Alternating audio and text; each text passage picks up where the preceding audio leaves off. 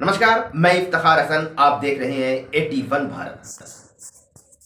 राज्यसभा के पूर्व सदस्य और तहरीक बेदारी के अध्यक्ष जनाब मौलाना गुलाम रसूल बलियावी ने हर जगह पर घूमकर अपने देशवासियों के लिए एक सेफ्टी एक्ट कानून लागू करने की बात कर रहे हैं और पूरे देश के लोगों पर जो भी जुल्म किया जा रहा है उसे रोकने की कानून भी बनाए जाने की बात कर रहे हैं।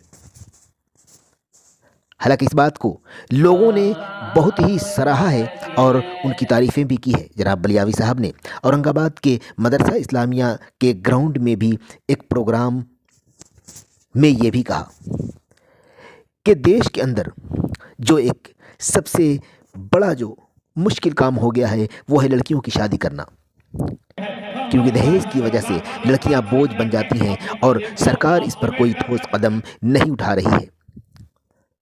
मॉब लिंचिंग रुकने का नाम नहीं ले रहा है, इसलिए उस पर ठोस कानून बनाने की भी मांग की है। जनाब बलियावी साहब ने और क्या क्या कहा, सुनिए उनका बयान।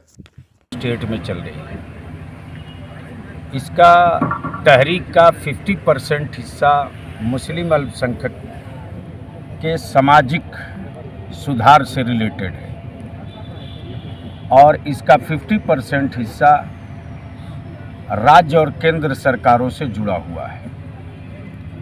पहला मुद्दा है कि इस समय निकाह और शादियां इतनी महंगी हो गई हैं कि देश के किसी भी धर्म, किसी भी मज़हब, किसी भी समुदाय की बेटियां गरीब बाप के कंधे पर बोझ बनती जा रही हैं और यह हमारे देश में एक नासूर की हैसियत ले लिया है। धर्म और जात के लफड़े से बाहर निकलकर एक प्रयास किया जा रहा है। बेटी बेटी है, वो देश की बेटी है। धर्म समाज अपने निजी और ज़ाती लाइफ में है, लेकिन ख़ास तौर से मुस्लिम कम्युनिटी में ये तिलक, जहेज़, नकदी और बारात का जो खर्च है, तहरीक बेदारी का मिशन ये है कि इसको ख़त्म करो और इसी पैसे, इसी एनर्जी को बचाकर अपने बच्चों को शिक्षा की तरफ ले चलो। जब बच्चे पढ़ेंगे तो घर भी आगे बढ़ेगा, समाज भी आगे बढ़ेगा, देश भी आगे बढ़ेगा। दूसरा है जो सत्ता और सरकारों से जुड़ा हुआ है, वो ये है कि मॉब लिंचिंग आम हो गई। आपने भी देखा, हमने भी देखा, देश ने भी देखा। ट्रेन में वर्दी पहना हुआ जिस पर भरोसा किया जाता है, जिस अशोक स्तंभ पर देश की जनता का विश्वास होता है, जिस वर्दी पर देश की जनता का एतमाद और भरोसा होता है, वह व्यक्ति ट्रेन में घूम करके तलाश करके टोपी दाढ़ी देखकर गोली से शूट किया।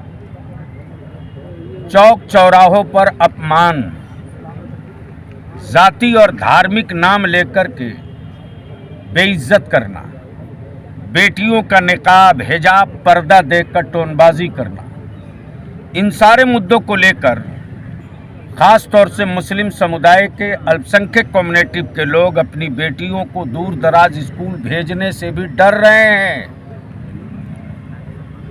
ये भय का माहौल है। झारखंड में 64 मॉब लिंचिंग तक हो चुका। तो इदारे शरिया ने महसूस किया कि समाज की बुराइयों और कुरीतियों से लड़ने के लिए और सत्ता और सरकारों को लिए हुए शपथ को याद दिलाने के लिए हमें इदारे शरिया की तहरीक बेदारी का अभियान छेड़ना पड़ा और छेड़ा गया है। 2 डिमांड बहुत प्रमुखता से है।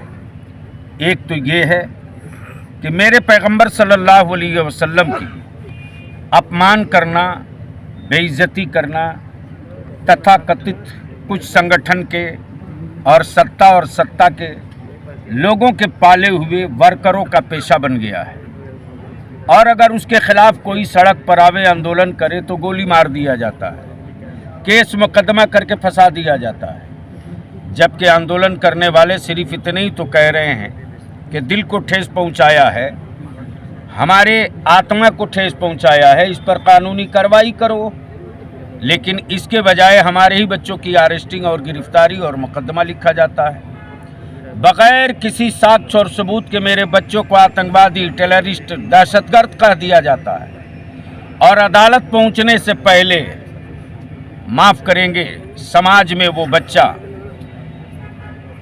उसका परिवार एक देशद्रोही के और एक टेररिस्ट की औलाद की तरह से ट्रीट होता है और देखा जाता है, जबकि अदालतों से बाइज्जत वो बरी होता है बगैर किसी साक्ष्य और सबूत के। किसी के भी बेटे को आतंकवादी का ठप्पा लगा करके वोट की राजनीति करने पर तहरीक बेदारी की एक बड़ी चोट है और ये चोट उस समय तक देते रहेंगे जब तक कि लोग कानून का इस्तेमाल अपने जाति और स्वार्थ के लाभ के लिए इस्तेमाल करना बंद न करें।